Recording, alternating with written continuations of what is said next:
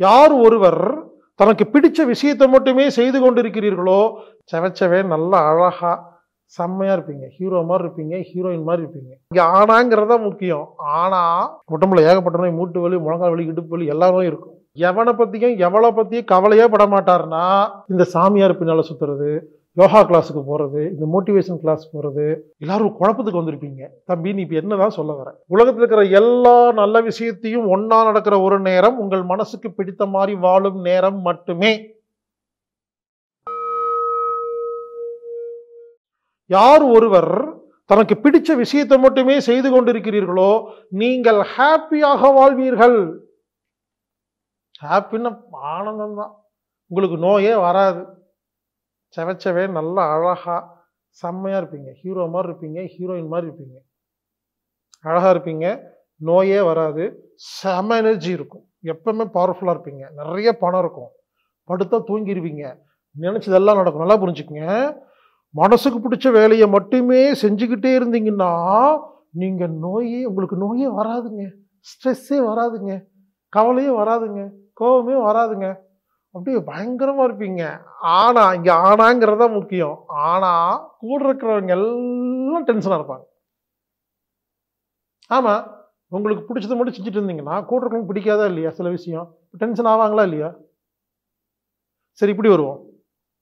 நீங்க ரொம்ப நல்லவர், எல்லா விஷயத்துலையும் நல்லது மட்டுமே செய்வேன்னு செஞ்சுக்கிட்டே இருந்தீங்கன்னா இது நல்லது, இது ஹஸ்பண்டுக்கு நல்லது, இது மனைவிக்கு நல்லது, இது அம்மாவுக்கு நல்லது, இது மேனேஜருக்கு நல்லதுன்னு எல்லாம் பண்ணிக்கிட்டே இருந்தீங்கன்னா ஊர்ல ரொம்ப நல்ல பேர் இருக்கு உங்களுக்கு. அவர் தங்கமான ஆளுங்க, அச்சா எவ்வளோ நல்லவர் தெரியுமா? ஆமா, கூப்பிட்ட உடனே வந்துடுவார், கார் கேட்டால் கொடுத்துருவார், காசு கேட்டால் கொடுத்து ரொம்ப நல்ல ஊருக்கு அத்தனை பேருமே உங்களை புகழ்வாங்க. ரொம்ப நல்ல பேர் இருக்கும். உங்களுக்கு எல்லா நோயும் இருக்கும். அடுத்தா தூக்கம் வராது, நைட்டு ஃபுல்லாக தலை செஞ்சுட்டு உட்காந்துருப்பீங்க. உடம்புல ஏகப்பட்ட நோய், மூட்டு வலி, முழங்கால் வலி, இடுப்பு வலி எல்லா நோயும் இருக்கும். ஸ்ட்ரெஸ், ஸ்ட்ரெயின், ஊர் இருக்கிற எல்லா நெகட்டிவாக இருக்கும், கோபம், பயம் எல்லாம் இருக்கும். ஆனால் ஒரு நல்ல பேர் இருக்கும். புரிஞ்சுங்களா? சிலர் எல்லா விஷயத்திலுமே நல்லது கெட்டது மட்டுமே பார்க்கிறீர்கள், மிகவும் நல்லவர்கள், ஆனால் கஷ்டப்படுகிறீர்கள் உடலால், மனதால், ஆன்மாவால். ஆன்மாவுக்கு துன்பத்தை கொடுக்குறீங்க. சிலர் மனசுக்கு பிடிச்ச மாதிரி மட்டும்தான் வாழ்றீங்க, நல்லவங்க. ஆக்சுவலா மனசுக்கு பிடிச்ச மாதிரி மட்டும் வாழ்றவங்க இந்த கிளாஸ்க்கு வந்திருக்கவே மாட்டாங்க. அவங்களுக்கு தேவையே இல்லை. சொல்றேன் கேளுங்க. தன் மனசுக்கு பிடிச்சதை மட்டுமே ஒருத்தர் செய்வாரு, எவனை பத்தியும் எவ்வளோ பத்தியும் கவலையே பட மாட்டாருன்னா அவர் இந்த கிளாஸ்க்கே வரமாட்டார். தேவையில்லைங்க, அவருக்கு எதுங்க கிளாஸ்? தன் மனசுக்கு பிடிச்ச மாதிரி வாழ்றாருங்க, நோய் இல்லை, டென்ஷன் இல்லை, கவலை இல்லை, பயம் இல்லை, படுத்தா தூக்கம் வருது, நினைச்சா எல்லாம் சாதிச்சிடறாரு, பணம் கிடைச்சிருது, எதுங்க கிளாஸ்க்கு வராரு? அப்போ இந்த மோட்டிவேஷன் கிளாஸுக்கு வரதெல்லாம் யாருன்னு பார்த்தா இந்த சாமியார் பின்னால் சுற்றுறது, யோகா கிளாஸுக்கு போகிறது, இந்த மோட்டிவேஷன் கிளாஸ் போகிறது. புரிஞ்சுங்களா? இதெல்லாம் யாருன்னு பார்த்தா யோகா, மூச்சு பயிற்சி, தியானம் கிளாஸ், இது எல்லாம் யாருன்னு பார்த்தா நல்லது நல்லது கெட்டது கெட்டதுன்னே பார்த்து வாழ்கிறவங்களுக்கு தான் ஸ்ட்ரெஸ் அதிகமாக இருக்கும். தனக்கு பிடிச்ச மாதிரி வாழ்கிற குரூப் இருக்கு இல்லையா?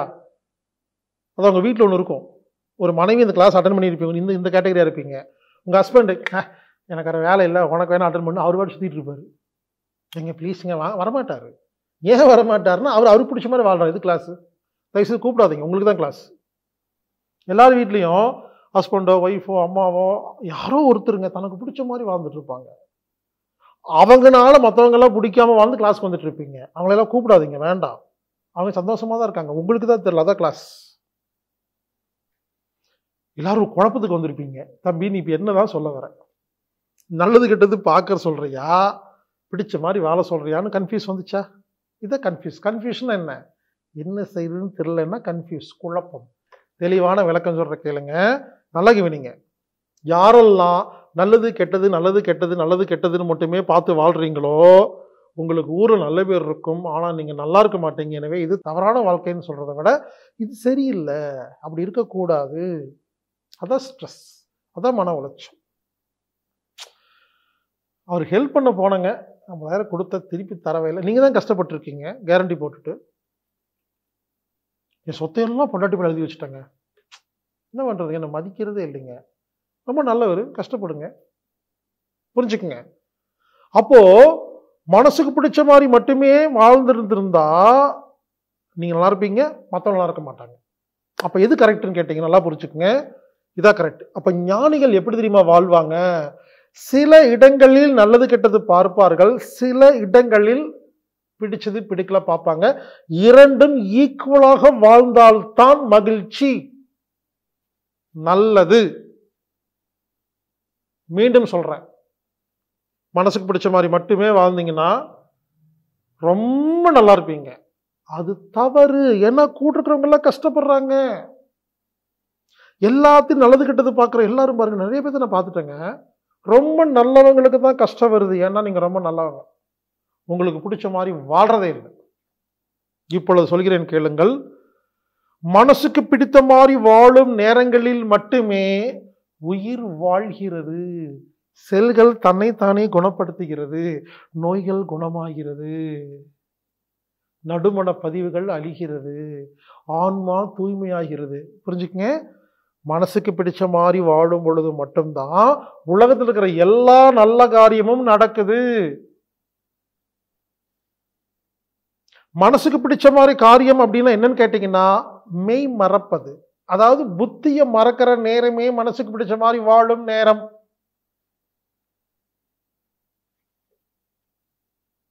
காதலர்கள் லவ் பண்ணும்போது பாருங்க, தன்னை மறந்து லவ் பண்ணிட்டு இருப்பாங்க.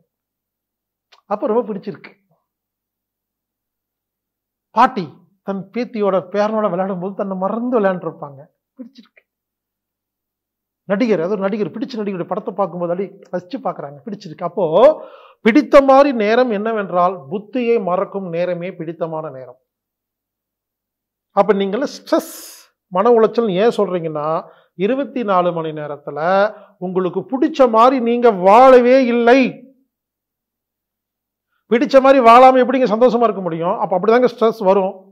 பிடிக்காத கணவர், பிடிக்காத மனைவி, பிடிக்காத வேலை, பிடிக்காத மாமியார், எல்லாம் பிடிக்காத வச்சுக்கிட்டு எங்ககிட்ட வந்து ஸ்ட்ரெஸ் ரிலீஸ்க்கு என்ன பண்ணலான்னு கேட்டா என்ன சொல்ல முடியும்? சொல்லுங்க. எல்லாம் பிடிச்சதை மாத்தணுங்க. அதுக்கான மெனக்கெடணும். என்ன செய்யணும் யோசிக்கணும், கூட்டு புரிய வைக்கணும், அடுத்த ஸ்டெப் வைக்கணும். கூட்டு குடும்பத்தில் பிரச்சனை இருந்தால் தனி குடும்பத்தில் வரணும், தனி குடும்ப பிரச்சனை இருந்தால் கூட்டு குடும்பமாக போகணும், வேலை பிடிக்கிற விஷயம் மட்டும் வேலைக்கு போகணும். எதையாவது பண்ணி மெனக்கெட்டு மனசுக்கு பிடிச்ச மாதிரி வாழ்ந்தாதான் நிம்மதியாக இருப்பீங்களே தவிர, நான் இதெல்லாம் எதுவுமே மாற்ற மாட்டேங்க. நானும் பார்க்குறேங்க, நிறைய கவுன்சிலிங் பண்ணிட்டேங்க. ஒரு லைஃப் ஸ்டைலில் வாழ்ந்துட்டு இருப்பாங்க, எதையுமே மாற்ற மாட்டேன்பாங்க. ஆனால் ஹாப்பி வேணும். எப்படி வரும்? இந்த ஆரியா ஒரு படத்தில் சொல்கிற மாதிரி தான். வேலை வேணும் கேட்பான் சந்தானத்தில் போய், அந்த டவர் மேலே வேலை வச்சு, அது உயரமாக இருக்கும். ரைட்டர் வேலை, அது கை வலிக்கும், இல்லை கால் வலிக்கும், உட்காந்துருந்தா முதுகு வலிக்கும் அப்படிம்பாரு. அப்படிதான் இருக்கும். புரிஞ்சுக்குங்க, நீங்கள் உங்கள் வாழ்க்கையில் விபரீத முடிவெடுத்து வாழ்க்கையை மாற்றாத வரை மகிழ்ச்சியெல்லாம் கிடைக்கவே கிடைக்காது. ரொம்ப சிம்பிளாக ஒரே வார்த்தையில் கேட்டுடுறீங்க, ஹாப்பியாக வாழணும் என்ன பண்ணணும்னு கேட்டால் ஒரே செகண்ட் இப்படி வாழுங்கன்னு சொன்னாலும் வாழ முடியாதுங்க. நிறைய விஷயங்களை மாற்ற வேண்டியது இருக்கு. இன்னிலிருந்துங்க நான் சொல்றதை கேளுங்க.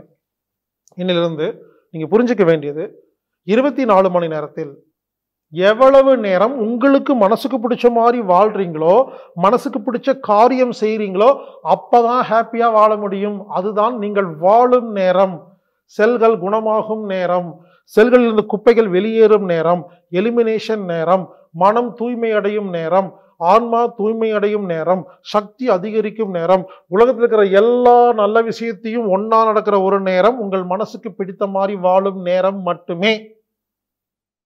இனிமேல் உங்க குடும்பத்தில் இருக்கிற எல்லாத்தையும் நம்ம உயிரோட காப்பாற்றணும்னா மன உளைச்சலை, ஸ்ட்ரெஸ்ஸை எப்படி நாம சமாளிக்கிறதுன்னு கத்துக்க வேண்டிய கட்டாயத்தில் இருக்கிறோம். பள்ளியிலும் சொல்லிக் கொடுப்பதில்லை, கல்லூரியிலும் சொல்லிக் கொடுப்பதில்லை, அப்பா அம்மா சொல்லிக் கொடுப்பதில்லை, யாருமே சொல்லிக் கொடுக்கறது இல்லைங்க. சினிமால, டிவியில, நாடகத்துல அதெல்லாம் ஸ்ட்ரெஸ் அதிகம் பண்றதுக்கு தான் சொல்லி தராங்களே தவிர குறைக்கிறதுக்கு யாருமே சொல்லி தரலைங்க. ஸ்ட்ரெஸ் ரிலீஸ் தெரப்பி அப்படின்னு ஒரு ஆன்லைன் வகுப்பு நான் ஏற்பாடு பண்ணியிருக்கேங்க. தினமும் மாலை 7 மணி முதல் 9 மணி வரை 10 நாள்ல ஸ்ட்ரெஸ், மன உளைச்சல்னா என்ன, அது யாருக்கெல்லாம் வரும், அப்படி வந்தா என்னமெல்லாம் நடக்கும், அதை எப்படி நம்ம இயற்கை முறையில் சரி பண்றதுக்கு தெளிவான ஒரு விளக்கமான ஒரு வகுப்பு. இது இப்ப இருக்கிற காலகட்டத்துக்கு ரொம்ப அவசியமான வகுப்புங்கனால ஏற்பாடு பண்ணிருக்கேங்க. தயவு செய்து இந்த வகுப்புல கலந்துக்குங்க. இந்த வகுப்புல கலந்துக்கணும்னா anatomictherapy.orgங்கிற வெப்சைட்ல போய் ஈவென்ட் பேஜ்ல போய் நீங்க புக் பண்ணலாம் ஆன்லைன் மூலமா. அப்படி இல்லைன்னா தொலைபேசி மூலமா நீங்க கூப்பிட்டு புக் பண்ணலாம். இந்த புக்கிங் தெரியாதவங்க மட்டும் 822 0667120 எண்ணுக்கு தொடர்பு கொண்டு புக் பண்ணிட்டு கலந்துக்குங்க. இப்படிக்கு ஹீலர் பாஸ்கர்.